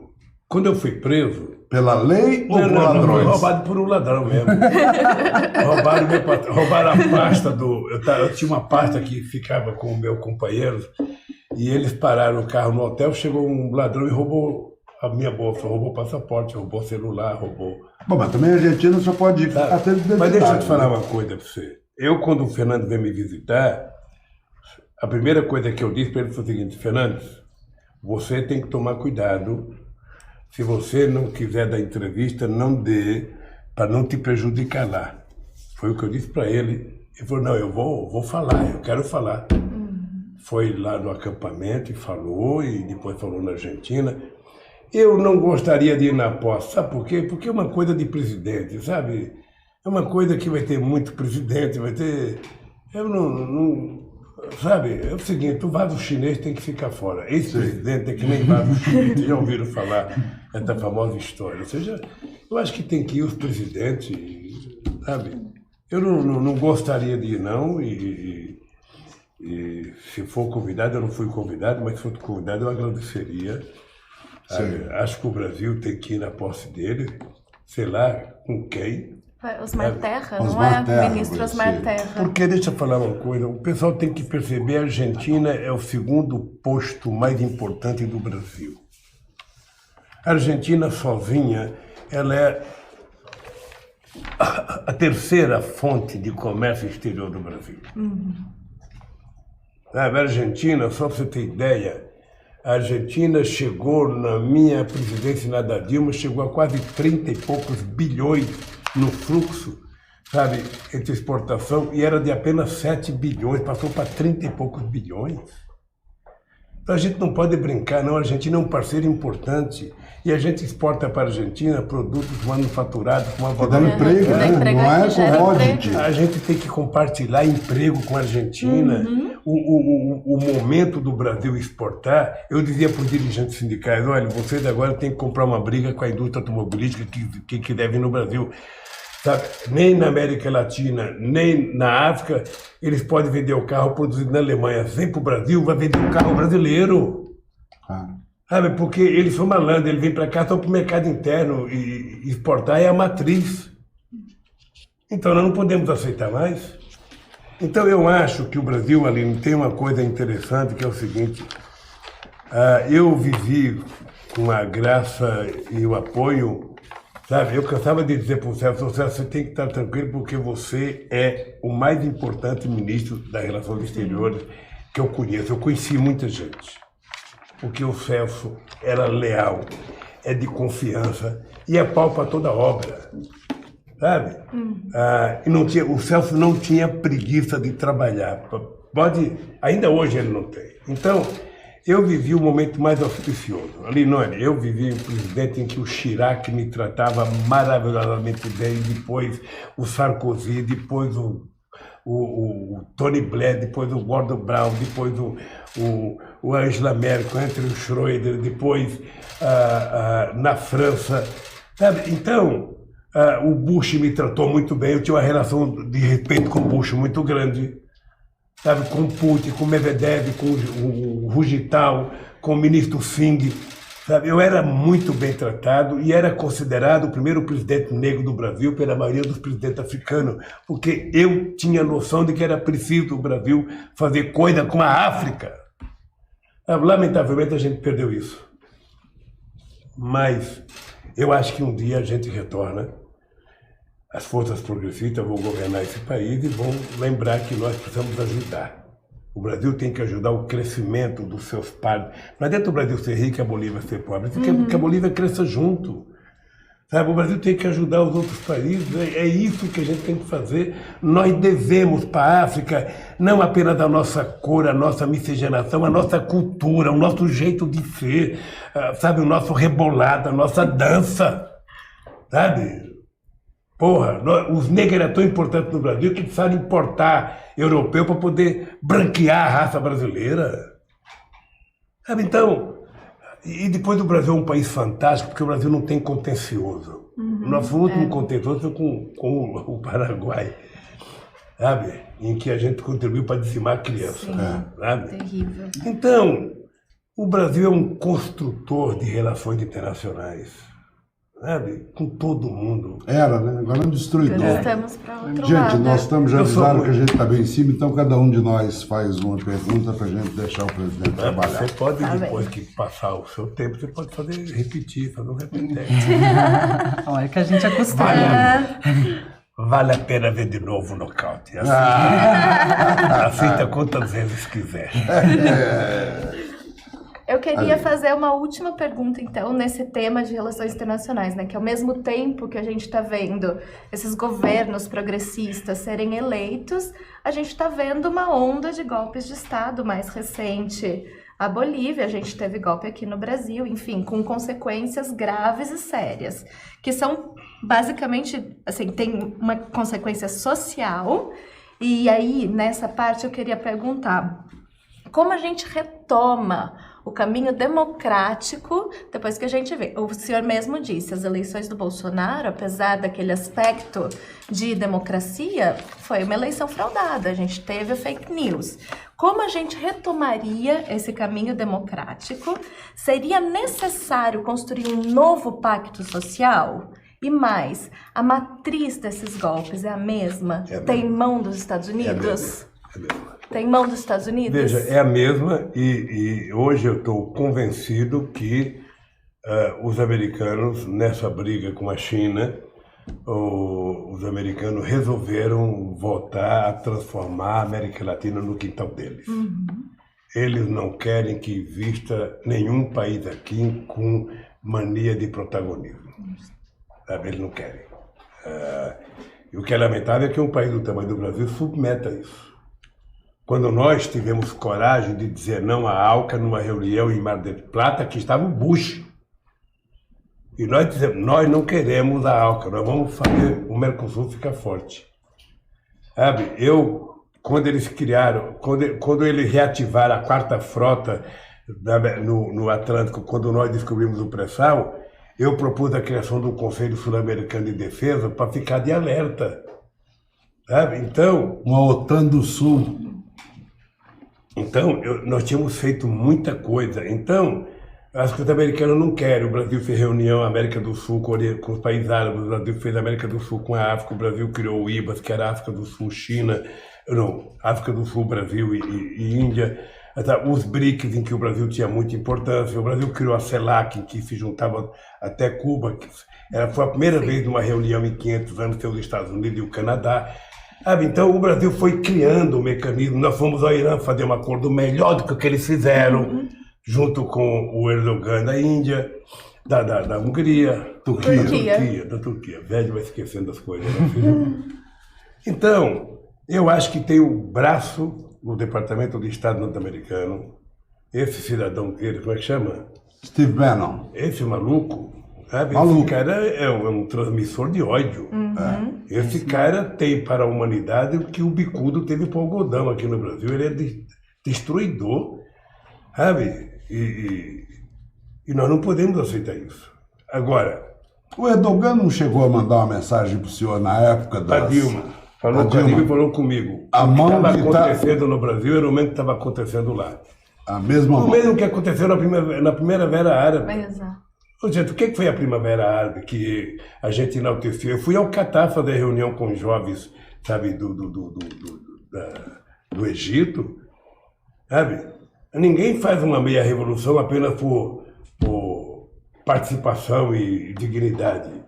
A verdade é o seguinte, tiraram o Mubarak, que era um fascista, estava a cair mesmo, elegeram o Morsi e 3 meses depois Degolaram acharam ele. que o Morsi não era legal, deram um golpe e colocaram o que lá? 3 militares, estão lá até hoje. Então, eu acho que tem um dedo dos Estados Unidos em todos os golpes aqui. Eu não entendi. Eu conheço o atual presidente do Equador. Ele era amigo do Rafael Correa. O Rafael Correa não queria ele na presidência. O Rafael Correa apoiou outro e perdeu internamente. Então, o Leni, depois de ganhar, fez Meteu a o que faca. fez. Meteu a faca Eu não nas entendi a costas. renúncia do Evo. Eu não quero fazer crítica, porque eu quero primeiro Entendi. deixar, como é que fala? Eu sou de uma Assentar o região, poeira. Deixar eu baixar. sou de uma região em que a gente ia no açude pegar água, você separava lá as fezes de vaca, de cabrita, caramujo, enchia com a caneca o pote, aí você levava para casa e deixava lá, colocava um pano para coar e deixava assentar. Aí ficava dias assentando. Quando assentava, você tirava, tinha mais 1 metro de lama lá embaixo. Então eu tenho que deixar assentar, porque eu não entendi o que aconteceu. Não entendi porque o Evo renunciou. Não entendi. Sabe, talvez ele tenha razão, que eu não saiba, sabe? Mas, sabe, eu não entendi. Então como eu não entendo muito dessas coisas, eu quero me certificar para poder fazer um comentário, sabe? Você veja, o Maduro, sabe, aguentou Aguentou o pepino. como diria o Osmar Santos, a piba na gorduchinha. Pina lá. na gorduchinha e... Eu não sei como é que o Evo, sabe, ela anuncia Do e... base. Não sei. Sinceramente, eu não sei o que aconteceu nos bastidores. Moraes, pode trazer um café, que aqui no local a gente pode tomar café mesmo dando entrevista. Mas você pode tudo. O senhor pode tudo. Tá bom, só pro senhor. Eu já vi o senhor falando em algumas entrevistas sobre a precarização do trabalho, né? Sobre o que a gente está chamando de uberização do trabalho. A gente tem um índice de desemprego enorme e grande parte, mais de 40%, estão empregados no informal, né? E muitos, assim, através de aplicativos que são exploração. E o pior de tudo é que essas pessoas não se consideram trabalhadores, se consideram empresários, né? Empreendedores. Nano-empreendedor, motorista de Uber. Como que a gente organiza os trabalhadores que não se reconhecem como trabalhadores? Como que a gente faz isso? Como que trata como categoria? Isso é uma categoria? Ana, nós tivemos um período, quando nós fizemos as greves de 78, 79, foi uma coisa muito bonita, porque todo mundo queria ser trabalhador. Professor não queria mais ser chamado de professor, era trabalhador da educação. Médico era trabalhador da saúde. Advogado era trabalhador do direito. Ser trabalhador ficou chique. Agora, as pessoas querem ser empreendedor. Eu sou empreendedor. Sai de bicicleta entregando Esse iFood. dia tentaram fazer a Santa Dulce dos pobres de empreendedora. Sabe? Obviamente, veja, obviamente que ser peão de fábrica é a única profissão que a gente não escolhe. Sabe? Peão não escolhe profissão, peão pega o que tem. A não ser que o cara seja um ferramenteiro, um torneiro, mas se não tiver profissão, a gente não escolhe.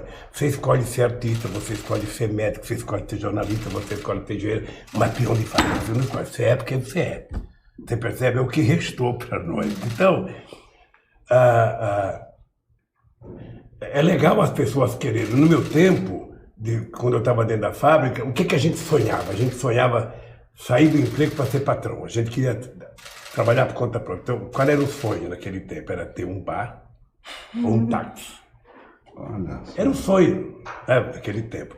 Aqui, quando você abria um bar, você percebia quanto você era bobo, porque um bar você abria, você levantava às 4h30 da manhã, ficava esperando um freguês para tomar um cafezinho, às vezes não vinha, o bar do vizinho estava lotado, você ficava puto da vida, de repente você percebia que não tinha dado certo. Volta para a fábrica outra vez. Táxi é a mesma coisa, você tem que trabalhar 20 horas, sabe? Se fosse um táxi que você trabalhasse por dono, você tinha que trabalhar 20 horas para pagar gasolina, para pagar a diária do cara, aí o que sobrava para você era nada. Agora eu estou vendo, o cara tem o carro dele, o cara tem que gastar dinheiro lavando o seu carro, cuidando do seu carro, o cara trabalha para mandar para o dono do aplicativo e ele fica com nada e ele acha que é o máximo, sabe? Vai chegar um dia que ele vai descobrir que ele não é o máximo, que, sabe? Nós somos um bando de imbecis que estamos trabalhando de graça para os outros. Esse é o dado concreto. Sabe, as pessoas se esquecem que na década de 50, muitas mulheres trabalhavam dentro de casa, costurando camiseta, fazendo, sabe, short. Depois a gente brigou para que ela pudesse ser considerada trabalhadora, ter direito a acidente de trabalho, ter direito à previdência, tudo. Agora nós estamos voltando a estaca zero. Sabe, nós vamos trabalhar, se você se acidentar no Uber, você não tem direito, sabe, de hospital, você não tem direito à previdência, ou seja, nós voltamos sabe, quase que o tempo da escravidão, porque quando libertaram os escravos, né, o cara estava liberto, mas não tinha casa, não tinha trabalho, não tinha salário, não tinha comida, aí criaram uma coisa legal para os escravos, vagabundo. Aí vem daí a vagabundagem, sabe? Está acontecendo agora, a sociedade está trabalhando, entregando pizza, entregando comida de bicicleta, andando de patinete no centro de São Paulo, sabe? Tem empresa para tudo. Agora, o cara está perdendo a cidadania conquistada nos anos 50, nos anos 60, nos anos 70. Os direitos que nós estamos perdendo não foi ganho de graça e dado por um empresário, foi muita guerra, muita luta de trabalhador. Eu lembro, eu era moleque, eu participava da greve de 62, era uma greve, era porrada a greve, era muita... Eu tinha dó porque o pessoal jogava bolinha de gude para os cavalos cair. Me dava uma pena, o cavalo não tinha nada a ver com a greve. Estava apenas levando o ignorante em cima dele. Às vezes jogava batatinha com prego. Era muita maldade. Então, eu acho que o movimento sindical, Ana, eu tenho discutido com alguns companheiros que é preciso a gente repensar o nosso discurso para o momento que estamos vivendo. Sabe? Repensar e ter condições de fazer uma proposta nova. Porque, veja, em 80, eu era presidente do Sindicato de São Bernardo, a Volkswagen tinha 44 mil trabalhadores. Eu ia fazer assembleia às 4 horas da manhã, era para 20 mil trabalhadores, era uma cidade que parava. Hoje tem 12 mil e produz menos do que produzia, produz o dobro do que produzia naquela época. Então, eu acho que o movimento sindical está com um pepino na mão.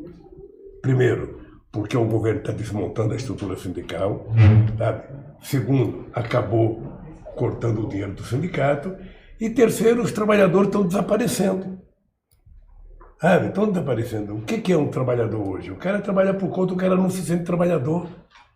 Sabe? Embora esteja ganhando pior, embora tenha menos, sabe, estabilidade, não tem nada.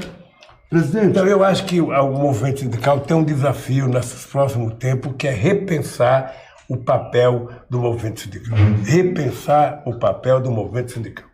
Porque se o sindicato não der resposta, as ONGs vão dar resposta. Porque você está lembrado que nos anos 90, no começo de 2000, na França, as ONGs chegaram a ter mais representatividade que o sindicato junto aos trabalhadores. Então o sindicato não pode mais ser apenas brigando por aumento de salário. O sindicato tem que brigar quando aumenta o preço do ônibus, quando aumenta o preço do aluguel, sabe? Porque é tudo. Claro, tudo envolve diretamente o trabalhador. Diretamente nele. Então, aliás, eu acho que você poderia levar algum companheiro sindicalista importante no nocaute para discutir com ele. Claro, nós já foram vários. Algum importante para discutir com ele. Paulão Caires já foi, o Wagner, ex-presidente da CUT, já foi. Tem que falar isso. Essa é a minha agonia. Essa é a minha agonia. Sabe? É que você Está tudo muito diferente, ou seja, é bom a modernização, é bom a internet, é bom a automação, agora tudo isso tem demonstrado que vai tirando. Eu fico imaginando o que será da humanidade daqui a 50 anos, ou seja, não vai ter emprego. Então as pessoas vão ter que, o Estado vai ter que criar uma bolsa, como é que fala? Bolsa família para todo mundo. Você percebe? É difícil. Mas isso é bom porque exige que a gente pense também. Quando caiu o muro de Berlim, que os velhos comunistas ficaram chateados, meu irmão Frechico ficou chateado, acho que você ficou chateado, eu dizia que bom que caiu o muro de Berlim, porque pelo menos vai permitir que a esquerda repense, sabe, o que a gente quer daqui para frente. Porque não estava tudo resolvido no manifesto, né, meu caro? Lamentavelmente, hoje eu sou um cara feliz de ver a Rússia assumindo um papel de protagonismo para poder falar para os americanos bem devagar. Presidente, por falar em soberania, tem dois aspectos aí da perda de soberania do Brasil que eu queria que o senhor considerasse. Primeiro é a questão diplomática, que foi uma das partes mais importantes do seu governo. Como é que o senhor viu o Brasil, pela primeira vez em 30 anos, na ONU, votar a favor do bloqueio norte-americano contra Cuba, com 2 outros votos a favor só, Estados Unidos e Israel. O resto do mundo votou contra. Vergonha, sinceramente, é uma vergonha. É uma vergonha de alguém que não se respeita. Porque não é um negócio de esquerda. Fernando Henrique, o governo Fernando Henrique votou. É o comportamento de alguém que não se respeita. Sabe, esse pessoal do Bolsonaro não tem o menor respeito por eles próprios, pelo nosso país. Sabe, ser solidário a Cuba é uma questão de defender a soberania de um país. Os americanos não têm o direito de fazer tudo, eles acham que pode fazer bloqueio, acham que pode fazer uma série de coisas. Sabe, e o bloqueio, às vezes, é mais mortal do que uma guerra. Porque na guerra é briga de exército contra exército. No bloqueio você mata criança, você mata velho, você mata mulher no hospital. Então, sinceramente, foi uma coisa vergonhosa, sabe, que é merecedora de repúdio. Tá, e para encerrar, presidente, todo mundo pergunta o seguinte: estão entregando pré-sal, estão aprovando a Previdência, aprovaram a lei de mudança das relações de trabalho. Há esperança de que isso seja revertido num governo progressista? Se o senhor fosse presidente da República hoje, o que é? Tem que mandar uma PEC, tem que chamar constituinte?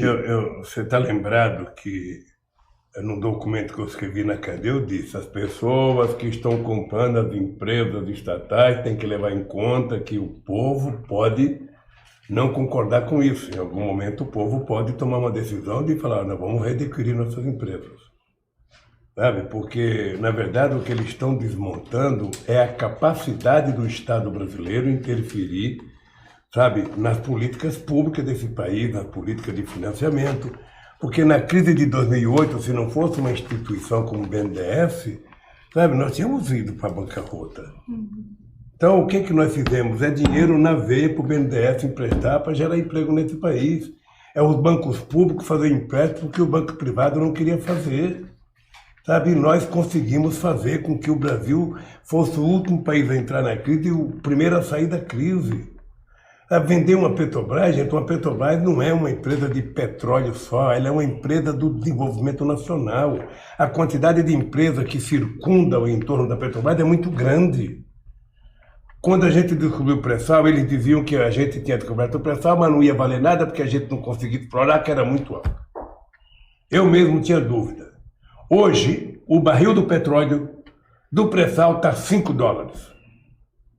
Na Arábia Saudita, está $3,06. Significa que nós estamos tirando o petróleo de 6.000 metros de profundidade. Que é quase gasolina. Sabe? Igual o preço da Arábia Saudita. Barril de petróleo pode cair para $10 e continua viável. O Brasil deveria utilizar o pré-sal para recuperar o que nós não fizemos no século XX, ou seja, desenvolver tecnologia, desenvolver educação, pagar a dívida para a educação, desenvolver a saúde brasileira. É para isso. Agora o Brasil fazendo o quê? O Brasil está exportando óleo cru e comprando gasolina refinada dos Estados Unidos sem pagar imposto. É uma inversão. Sabe, é por isso que a gente tem decidido fazer refinaria em Pernambuco, fazer refinaria no Maranhão, fazer refinaria no Ceará, para que a gente pudesse ser exportador de derivados. Sabe, então, meu caro, eu acho que vai haver muita briga. Eu tô até achando, falei para o Zé Maria, falei para o pessoal da FUP, do sindicato, que é o seguinte: se você tiver que fazer pressão em cima do deputado, você não tem que fazer pressão do deputado em Brasília. Em Brasília, o deputado não tem medo. Tem que ir na base dele. Tem que ir na rua que ele mora, fazer pressão para ele ter medo do eleitorado. Mas o cara mora em Macapá. Ele vai ter medo de uma manifestação em Brasília? Claro que não. E depois, quando a gente vai a Brasília, lá dentro do Senado, a gente fica confinado, a gente nem vê as pessoas. Você passa o dia inteiro lá no Congresso, você não sabe se choveu, se fez sol, se teve... Sabe? Agora, quando é que o político sente? Sabe? Eles iam na porta da minha casa. Eu era presidente da República, então eu ia lá sem teto, acampava, ia lá motoqueiro. Uma vez nós aprovamos uma lei para obrigar a colocar capacete. Eu chego em casa, eu tenho um monte de motoqueiro e dinheiro para comprar o capacete. Sabe? Então tem que ir na porta da casa das autoridades. Os caras acham ruim, o Lula está pedindo para ir na porta da casa da gente fazer pressão. Político não funciona sem pressão. Não funciona. É por isso que a Polícia Federal faz muita pressão, é por isso que o Ministério Público faz muita pressão, é por isso que os empresários... Empresário não faz pressão, empresário faz lobismo. Cada empresário tem um escritório em Brasília, tem um amigo do deputado, um amigo do presidente, um amigo não sei das quantas. E nós vamos fazer passeata em Brasília. Brasília não é lugar de fazer passeata. Faça passeata na sua cidade. Faça passeata no seu estado. Como escritor, eu não poderia deixar de encerrar essa entrevista perguntando para o senhor o seguinte: qual foi o livro? O senhor leu demais na cadeia. Eu fui lá numa das visitas, eu vi uma pilha atrás do guarda-roupa que batia no teto dos livros que o senhor tinha lido. Qual foi o livro que mais marcou o senhor de todas as leituras que o senhor fez na cadeia? Pois é, eu li um livro que me despertou muito para a questão africana, que foi um livro, acho que era Defeito de Cor, de uma moça que contou uma história engraçada. Ela ia para Cuba, ela queria ir para Cuba e ela foi no aeroporto e mexendo lá naqueles negócios que tem cartão postal, caiu um negócio, sabe, no chão. Ela foi pegar, era a história dos malês na Bahia. Então ela se interessou, alugou uma casa na Bahia para poder tentar aprender. Chegou lá, ela percebeu, ela pensava que não tinha nada escrito sobre malê. Chegou lá, descobriu que tinha muitas coisas escritas sobre malê. Depois de um tempo ela voltou para o Brasil. Aí depois ela tirou a fotografia da mulher, voltou para entregar a fotografia e foi na casa da mulher e viu um monte de papel. Uma criança desenhando com os papéis com um monte de história atrás. Ela começou a perceber que era história... Tinha muita coisa dos africanos e dos malês. Aí ela resolveu, falando para a mulher: onde estava esse documento? Esse documento estava na igreja lá, estava no arquivo lá. O padre foi embora e mandou a gente cuidar disso, jogar fora. Tanto que... Aí ele escreveu um livro maravilhoso, Defeito de Cor. Presidente. Depois eu li, eu esqueci o nome do menino de Minas Gerais, da biografia do Tiradentes. Lucas Figueiredo. Eu não conheço o Lucas, não, mas era uma obra-prima. Que a bom, biografia que bom, do nosso... que bom que o senhor gostou, é uma bela história. Depois eu li um livro que eu não lembro, eu não guardo muito o nome de estrangeiro, um livro sobre o petróleo, sabe? Um livro com mais de 1000 páginas que me fez ter ciência, sabe, de que desde 1859 que os americanos brigam no mundo por causa do petróleo. Sabe? É por isso que me fez a certeza de que a Lava Jato é encomenda americana para destruir o nosso pré-sal e entregar para eles. É isso. Presidente, eu quero agradecer muito em nosso nome, em nome do nosso público no Brasil, pelo mundo afora. Tem gente que manda dinheiro para nós da Austrália, pingadinho ali, para ajudar a gente aqui, da Escócia. E para todo esse pessoal, eu queria, em nome de todo esse pessoal, queria agradecer muito ao senhor o privilégio de ter escolhido o Nocaute para dar a sua primeira entrevista ao vivo, depois de ter saído desse martírio, desse inferno de 580 dias na cadeia. E nós resolvemos trazer, para agradecer ao senhor, um presente que foi feito especialmente para o senhor, que é um retrato do Antônio Conselheiro, feito pelo grande Carval, e Assinado? dedicatória, assinado, querido presidente, sempre ao seu lado, aqui seus amigos do Nocaute, e o Clício, que é o artista que imprime. É um belíssimo Antônio Conselheiro. Fernando, dizer por nossos companheiros de outros blogs, ou seja, de que para ninguém ficar preocupado pela entrevista que eu estou dando ao Fernando, porque o Nocaute não pediu entrevista e se pediu não foi autorizado, então, sabe, eu acho que era justo, queria que ele fosse na cadeia me visitar, mas não foi. Deixaram, a juíza não deixou. Então, eu vou acertar com a minha assessoria, eu quero voltar a falar com todos os companheiros. Eu sou muito grato aos blogueiros alternativos, eu acho que vocês, na cadeia, vocês eram minha inspiração, que era através de vocês que eu assistia às notícias, às vezes concordava, às vezes não concordava. Então, eu quero dizer, Crispiniano, você precisa cuidar disso com carinho, porque eu não quero... Já chega a minha briga com a Globo, eu não quero brigar com os blogueiros, sujos. E ao invés de você perguntar para mim, me dê uma resposta. Quando é que o livro sobre o governo Lula e sobre o Lula vai sair? Ele está me enganando desde 2011. O senhor, por acaso, já leu algum livro que nunca saiu? Não, né? Vai sair. O primeiro volume está praticamente pronto. Porque também é um horror, né? Porque a história não para. Então eu resolvi parar o livro com a sua libertação. Então, eu saio daqui nesse minuto, pego um táxi, vou me esconder lá no mato onde eu escrevo para poder me dedicar ao livro. Tá bom? Você está falando ou eu estou aqui? Está ao vivo, tem testemunhas. Testemunhas, milhares de testemunhas. Obrigado. Muito bem, obrigado você, querido. Obrigado, Ana. Obrigado. Olha, foi um prazer. Para nós também. Tinha vontade de conhecer vocês. Continue falando de política externa como você fala, sabe? Sempre convidando pessoas interessantes para conversar. Ana, continue sorrindo como você sorri, sabe? Faz bem para a alma. E você continue sendo esse velho comunista que você é, sabe? Sempre agradável e muito respeitado. Você veja uma coisa, o companheiro Fernando não é do PT e a minha relação com ele, eu nunca me preocupei em saber se ele era do PT, se não era, se ele era coercista, se não era. Ele é meu amigo, tá? E isso é o que vale. Então, Fernando, obrigado. Meus mais profundos respeitos, sabe? Espero que o livro fique pronto enquanto eu estiver vivo, porra. Pelo amor de Deus. Eu sou materialista místico. Está 102 anos, tá, né, presidente? Até a próxima. Muito obrigado, presidente. De verdade. Muito obrigada, presidente. Obrigado, presidente. Obrigado, pessoal. A todas e a todos que nos prestigiaram.